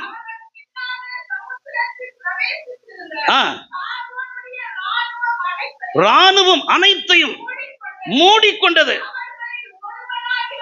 ஒருவனாகிலும் தப்பல. கையை உயர்த்தலையே சொல்லாமா? இது எவ்வளவு த்ரில்லிங்கா இருக்குது. இதை கேட்டா தூக்கம் வருமா? எத்தனை பேர் ஒருத்தன் கூட தப்பக்கூடாது? எத்தனை பேர் கேட்குறீங்க? ஒருத்தன் கூட, நான் ஒருத்தனை கூட, ஏன்னா சாலமோன் அப்படிதான் சொல்றான், விரோதியும் இல்லை இடையூறும் இல்லை. எத்தனை பேர் அதை கேட்குறீங்க? எனக்கு எந்த பக்கம் திரும்பி பார்த்தாலும் எனக்கு விரோதியும் இருக்கக்கூடாது, எனக்கு இடையூறும் இருக்கக்கூடாது, அதை செய்ய கர்த்தர் வந்தார். சொல்றீங்களா? என் வீட்லயே விரோதி இருக்குது அப்படின்னு நினைக்காதீங்க. கர்த்தர் உன் கூட இருந்தா வீட்லயும் சரி வெளியிலையும் சரி, பட்டணத்திலும் சரி வெளியிலையும் சரி, எங்க வேலை ஸ்தலத்திலையும் சரி, படிக்கிற இடத்துலையும் சரி, சொந்தக்கார் மத்தியிலும் சரி, ஊர்ல இருக்கிற ஜனங்க மத்தியிலும் சரி, எல்லாரும் எனக்கு நண்பர்கள் தான், எனக்கு விரோதியே கிடையாது. நான் விரோதியா நினைச்சாதானே, ஒருவேளை அவங்க என்ன விரோதியா நினைச்சாலும் என் வழி கர்த்தருக்கு பிரியமா இருந்தா என் சத்துருக்களையும் கூட எனக்கு சமாதானம் ஆகும்படி அவர் செய்வார். யார் செய்வாரு? கர்த்தர் செய்வார். இஸ்ரவேல் ஜனங்கன்னா அவங்கள பகைச்சாங்களா? பகைக்கலையே. அநியாயமா அபாண்டமா அவங்கள பின்தொடர்ந்து வந்தாங்க. சத்துருக்கள் விடமாட்டேன்னு சொன்னாங்க, அழிக்கணும்னு நினைச்சாங்க, கத்திய தீட்டினாங்க. கர்த்தர் அவங்களுக்கு விரோதமா பட்டயத்தை தீட்டினாரு. ஆகவே சொல்லி சொல்லி பார்த்தாரு, கேட்கல. ஒன்னு சிட்சிப்பு, அப்படிதானே? ரட்சிப்பு இல்லைன்னா பட்சிப்பு, இது மூணுல எதுனா ஒண்ணு நடக்கும். எத்தனை பேரு இதை நம்புறீங்க? திருந்தாத ஜென்மங்கள் இருந்தென்ன லாபம் அவன் பாடுறான். நானும் அடிக்கடி பாடணும்னு நினைக்கிறேன், ஆனா பலிபீடத்திலிருந்து பாடக்கூடாது. நம்ம எல்லாம் அதுக்கு தானே மாறணும். எத்தனை பேர் மாறணும்னு சொல்லி விரும்புறோம்? இதுவரை மாறலையா? இந்த வருஷம் இந்த மாதத்திலாச்சு நாம் இப்படி தீர்மானம் எடுத்து பாருங்க. உங்க கடன் தொல்லைகள் எல்லாம் கர்த்தர் உங்களை விட்டு அகற்றும். உங்க தரித்திரம் உங்க விட்டு போயிடும். உங்க வறுமை உங்களை விட்டு போயிடும். உங்களை வாளாக்காம கர்த்தர் தலையாக்குவார். உங்களை கீழாக்காம கர்த்தர் மேலாக்குவார். நிபந்தனைகளோடு தான் வாக்குத்தத்தம். நீ இதை செஞ்சா நான் இது அற்புதம் நடக்கணுமா, அதிசயம் நடக்கணுமா, நீ பரிசுத்தம் பண்ணிக்கொள், உன் நடுவே அற்புதங்களை கர்த்தர் செய்வார். எத்தனை பேருடைய வாழ்க்கையில் அற்புதம் நடக்கணும்? கையை உயர்த்தி அல்லேலூயா சொல்லுங்க. இன்னும் கம்பீரமா ஒரு அலையிலேயே சொல்லுங்க. ஒருத்தரும் தப்பலையா. அதான் ஏசாயாவுல சொல்லப்பட்டிருக்கு 43ஆம் அதிகாரம் 17வது வசனத்துல, ரதங்களையும் குதிரைகளையும் ராணுவங்களையும் பராக்கிரமசாலிகளையும் புறப்பட பண்ணி, கைய உயர்த்தி அல்லேலூயா சொல்லுங்க. புறப்பட பண்றதும் அவர்தான். ஆமென். அதாவது சொல்லுவாங்க பாத்தீங்களா, பிள்ளைய கிள்ளி விடுறதும் அவர்தான், தொட்டில ஆற்றுறதும் அவர்தான். அப்படின்னா பிரச்சனைய கிண்டி விடுறதும் ஏற்படுத்துறதும் அவர்தான். அதான் அந்த இடத்துல சொல்லப்பட்டிருக்குது, பராக்கிரமசாலி ரதங்களையும் குதிரை வீரர்களையும் ராணுவங்களையும் புறப்பட பண்ணி அவங்க எழும்பாதபடிக்கு ஒருமித்து விழுந்து கிடக்கவும், ஒரு திரி அணைகிறது போல பண்ணுகிற கர்த்தர். கையை உயர்த்தி புறப்பட பண்றவர் தான் நிர்மூலமாக்குறாரு. சில நேரத்தில் நமக்கு விரோதமா எழும்புனா எழும்பு எழும்பு எழும்பு, ரொம்ப சீக்கிரமா எழும்பு எழும்பு எழும்பு. ஏன்னா என் பிள்ளை தனியா இல்லை, என் பிள்ளையோடு நான் இருக்கிறேன். நீ என்னோடு கூட யுத்தம் கலக்க எழும்புறியாப்பா, சீக்கிரம். சில நேரத்தில் துரிதப்படுத்துவார், சீக்கிரமா வேகமா எழும்பு. எழும்ப பண்ணி ஒருமித்து விழுந்து போக பண்றவும் ஒரு திரி அணைகிறது போல பண்ணுகிற கர்த்தர். கையை உயர்த்தி. கூட்டம் கூடுறாங்களா, நமக்கு விரோதமான சூழ்நிலைகளா, எதுவா இருந்தாலும் சரி, அதை உண்டு பண்றவரும் அவர்தான், அதை ஆஃப் பண்றவரும் அவர்தான். ஆன் பண்றவரும் அவர்தான், ஆஃப் பண்றவரும் அவர்தான். கொளுத்தி விடுறதும் அவர்தான், அணைச்சு விடுறதும் அவர்தான். எத்தனை பேர் சொல்றது புரியுது? இது எல்லாமே கர்த்தர் செய்யறதான காரியம். நாம் கர்த்தரை அறிகிற அறிவை இந்த வருஷத்துல கர்த்தர் நமக்கு தருவார். எத்தனை பேர் அதை கேட்கிறோம்? எத்தனை பேர் அதை கேட்கிறோம்? அப்போ தேவ பிள்ளைகளே, கர்த்தருக்கு விரோதமா, அவருடைய ஜனங்களுக்கு விரோதமா யாராவது யுத்தம் பண்ண எழும்பினா கூட பரலோகத்துல வீற்றிருக்கிறவர் என்ன செய்வாராம்? நகைப்பார். ஆண்டவர் அவர்களை இகழுவார். அப்பொழுது அவர் தமது கோபத்துல அவங்களோடு பேசி தம்முடைய உக்கிரத்துல அவங்கள கலங்க பண்ணுவார்.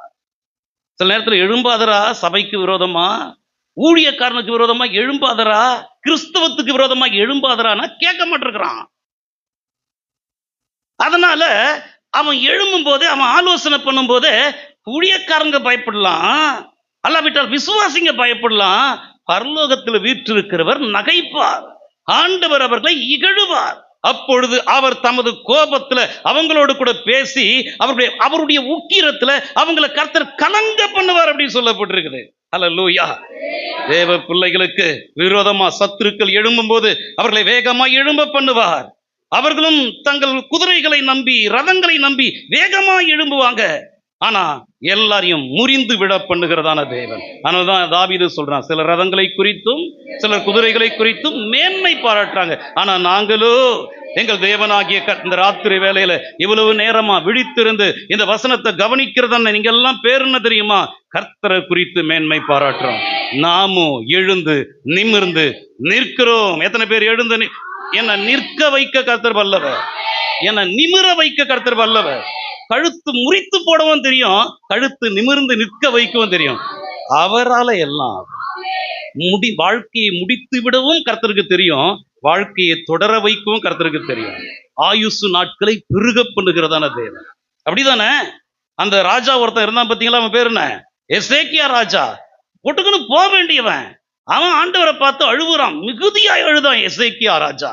ஆண்டவர் அவனை பார்த்து, உன் கண்ணீரை கண்டேன், உன் விண்ணப்பத்தை கேட்டேன், உன் ஆயுள் நாட்களோடு கூட 15 வருஷங்களை கூட்டுவேன். கையை உயர்த்தி அல்லேலூயா சொல்லுங்க.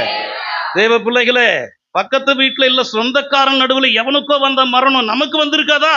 அவன் போனா நீ இருக்கிற, அது கர்த்தருடைய பெரிய கிருபை.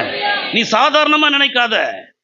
என் ஆண்டவரை, என் தெய்வத்தை, நீ ஆராதிக்கிற இயேசுவை நீ ஏன்னா இருக்கணும், நீ அவரை மகிமைப்படுத்தணும். இத கூட புரியலையாங்க, இது புரியுதாங்க. அதனாலதான் உங்ககிட்ட போராடுறேன். சும்மா அந்த ப்ரோக்ராம் இந்த ப்ரோக்ராம் போவாத.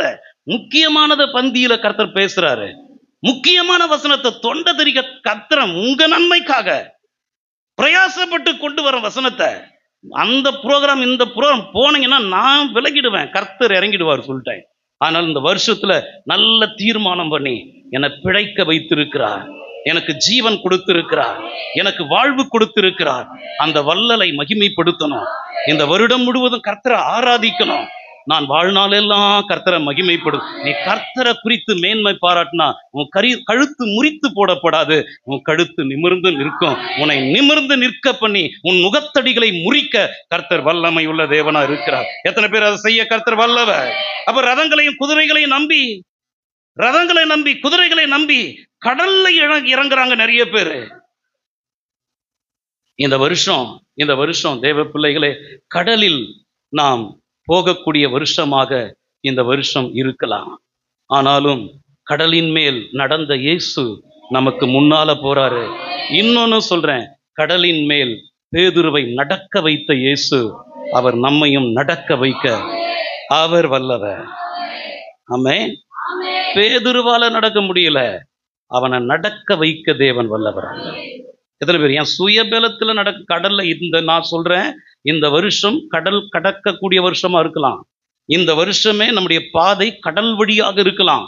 ஆனா உன் சுய திறமைய நம்பி, சுய புத்திய நம்பி எல்லா விசுவாசிகளும் இறங்குறாங்க. என் வீட்டுல இருக்கிற ஜெபிக்கிறவங்க, நான் கூட அவங்கள முந்தானியை பிடிச்சி இறங்குவேன், இறங்காத, தொலைஞ்சிடுவேன். அதனால நான் சொல்றேன், ஆண்டவரை அவர் பாதத்தை பிடிங்க. அவர் அனுமதியோடு கூட இந்த வருஷத்துல ஒவ்வொரு மாதத்தையும் எதிர்கொள்ள, ஒவ்வொரு நாட்களையும் எதிர்கொள்ள, ஒவ்வொரு மணி நேரங்களையும் எதிர்கொள்ள நீ ஆயத்தமா இருப்ப அப்படின்னு சொன்னா, நீ பத்திரமாய் நடக்க அவர் உனக்கு துணையா இருப்பார். புரியுதா? புரியுறவங்க எல்லாம் கையை உயர்த்தலையிலே சொல்லுங்க. எத்தனை பேரு நான் என்னோடு கூட கர்த்தர் இருந்து இந்த வருஷத்துல என்ன கர்த்தர் நடத்தணும், நான் தனியா நடக்க மாட்டேன், என் தேவன் என்னோடு கூட இருந்து அவர் என்னை. அப்ப இந்த வருஷத்தை நான் சொல்றேன், இது ஒரு தீர்க்கதரிசனத்தின் வார்த்தையா இருக்கலாம். நான் சொல்றேன், இது கடலை நீ கடந்து போகக்கூடிய வருஷமா இருக்கலாம்.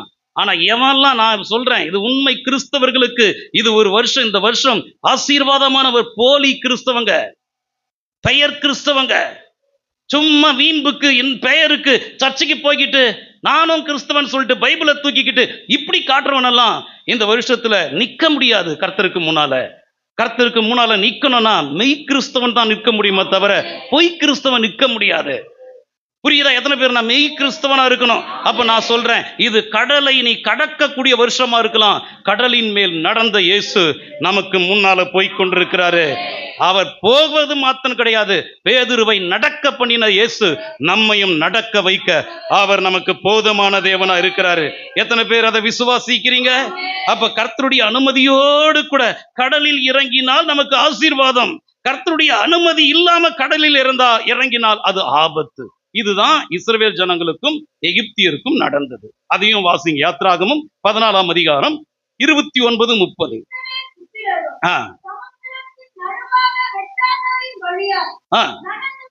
நடந்து போனாங்க. அவங்க வலது புறத்துல, இடது புறத்துல மதிலாக நின்றது. இவ்விதமா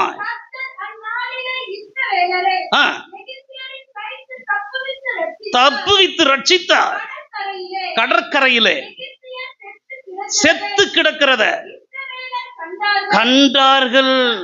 போதும், இது இந்த வருஷத்துல நம் கண்கள் காணும். புரியுதாங்க? நான் சொல்றத மாம்சத்து ரீதியா யாரும் சாகக்கூடாதுன்றதுதான் நம்முடைய விருப்பம். புரியுதா? எத்தனை பேர் புரியுது? அந்த கடலிலே அந்த ஜனங்கள், அனுமதி பெற்ற ஜனங்க போனாங்க. அவங்க பத்திரமா கரை சேர்ந்தாங்க. ஆனா அவங்க கண்ணு எதை பார்த்துச்சு அப்படின்னா, அவங்களுக்கு விரோதமா மூர்க்கமா எழும்பின அத்தனை பேருடைய டெட் பாடியையும் கரையிலே அவர்கள் கண்கள் கண்டது.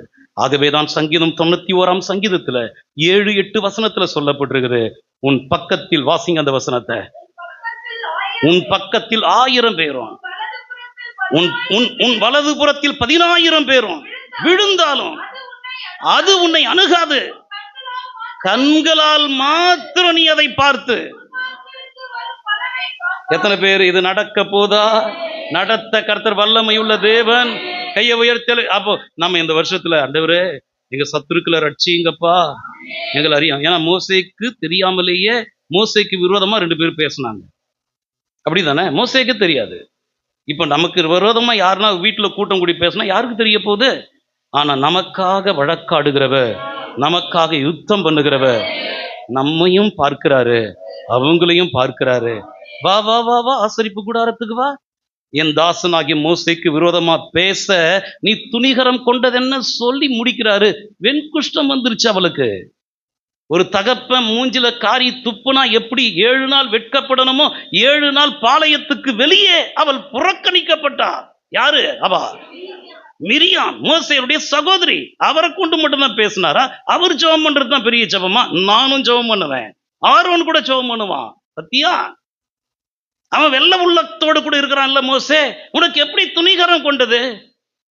தேவ பிள்ளைகளே, இந்த வருஷத்துல ஆண்டவர் நமக்காக யுத்தம் பண்ணுகிறதான தேவன். அது இந்த வருஷத்துல அதை நடத்தி முடிக்க அவர் வல்லமையுள்ள தேவனா இருக்கிறார். அப்ப விசுவாசிக்கிறவங்க எல்லாம் கையை உயர்த்தி அல்லேலூயா சொல்லுங்க. அப்போ விசுவாசிக்கிற கர்த்தருடைய பிள்ளைகளை இந்த வருஷத்தினுடைய சிறகுகளால கர்த்தர் மூடுவார். எத்தனை பேர் மூடணும்? நீ விசுவாசித்தாலே போதும்.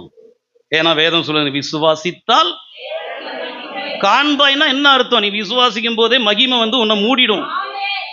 புரியுதா? நீ விசுவாசிக்கலன்னா தான் உனக்கு அது பாவமா. விசுவாசத்தினால் வராத யாவும் பாவமே. இப்ப நான் விசுவாசித்தேன், ஆகையால் பேசுகிறேன். புரியுதா? இந்த வசனத்தை நான் விசுவாசித்து உங்களுக்கு பேசுறேன். நீ விசுவாசம் இருந்தா கேட்ப. நீ விசுவாசித்தா இந்த வசனத்தோடு கூட தேவ மகிமை வந்து உன் மேல மூடிடும். எத்தனை பேர் மூடணும்? இந்த வருஷத்துல யாரெல்லாம் கர்த்தரை விசுவாசிக்கிறாங்களோ கர்த்தருடைய சிறகுகளால கர்த்தர் அவர்களை மூடுவார். ஆகவே அவர்களுக்கு கர்த்தர் கொடுக்கிற வாக்குத்தத்தம் தான் சங்கீதம் 91:4 வாசிங்க. அவர் தமது சிறகுகளாலே உன்னை மூடுவார்.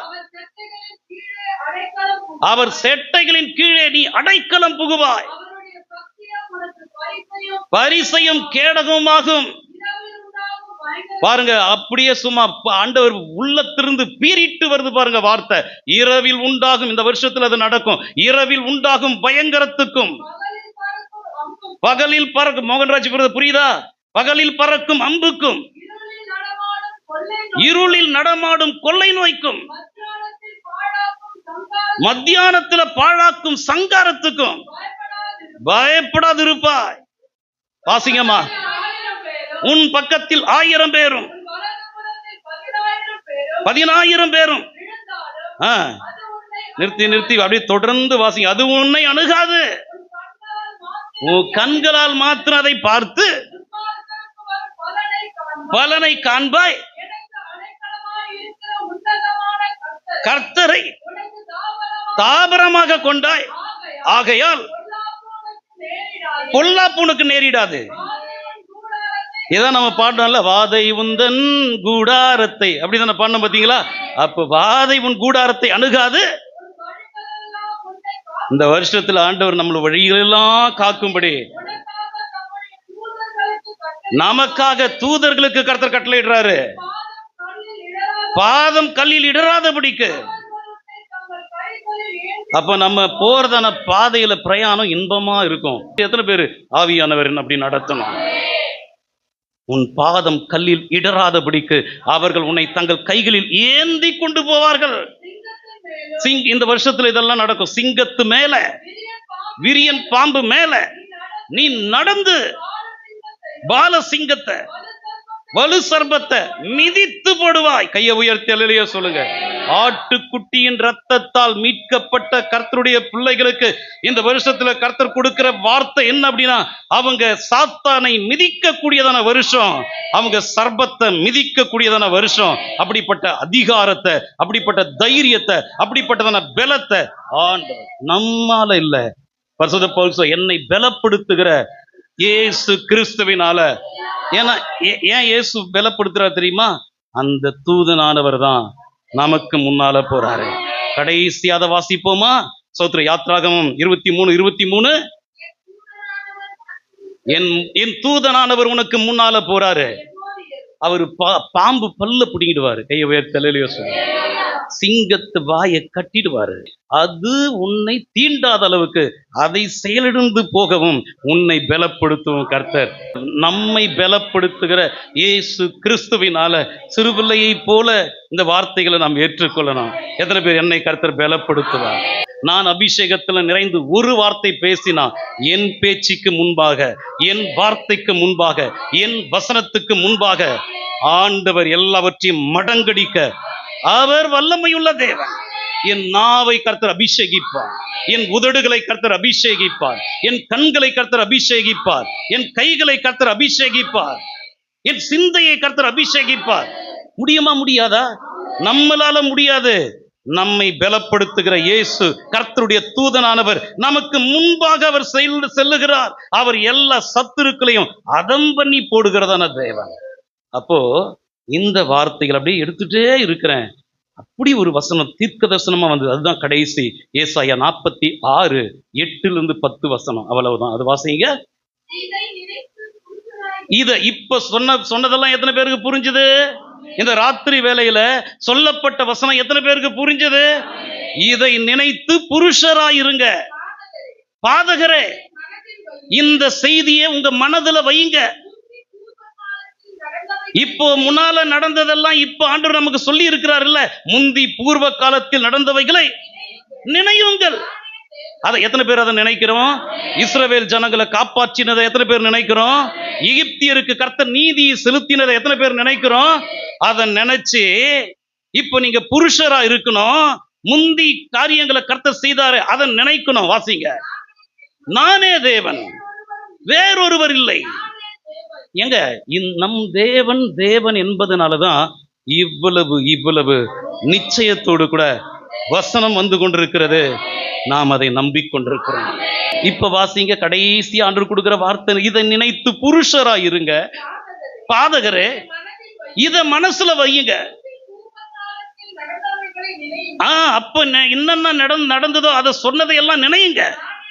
நானே தேவன், வேறொருவர் இல்லை. நானே தேவன், எனக்கு சமானம் இல்லை. அந்தத்தில் உள்ளவைகளை ஆதி முதற்கொண்டு இன்னும் இதற்கு அடுத்தது செய்யப்படாதவைகளை பூர்வ காலம் முதற்கொண்டு அறிவிக்கிறேன். பாத்தீங்களா? இது நடக்கிறதுக்கு முன்னாலே கர்த்தர் நமக்கு சொல்லி இருக்கிறாரு. இந்த வருஷத்துல எப்படி நம்மை நடத்த போறாரோ அதை கர்த்தர் முன்கூட்டியே அந்தத்தில் உள்ளவைகளை ஆதி முதற்கொண்டு கர்த்தர் அறிவிக்கிறார். இன்னும் சம்பவிக்காதவைகளை பூர்வம் முதற்கொண்டு கர்த்தர் சொல்லுகிறார். வாசிங்க. கர்த்தர் சூப்பரா சொல்லி முடிக்கிறாரு. என் ஆலோசனை நிலை நிற்கும் சொல்லி கையை உயர்த்தி அல்லேலூயா சொல்லுங்க. நான் கம்பீரம் ஒரு அல்லேலூயா சொல்லுங்க. நான், அந்த வசனம் ரொம்ப முக்கியம். என் ஆலோசனை நிலை நிற்கும், எனக்கு சித்தமானதை நான் செய்வேன். இந்த வருஷத்துல கர்த்தருக்கு சித்தமானதை செய்ய போறாரு. அதை எத்தனை பேர் நம்புறோம்? அப்படி எழுந்து நிற்போம்.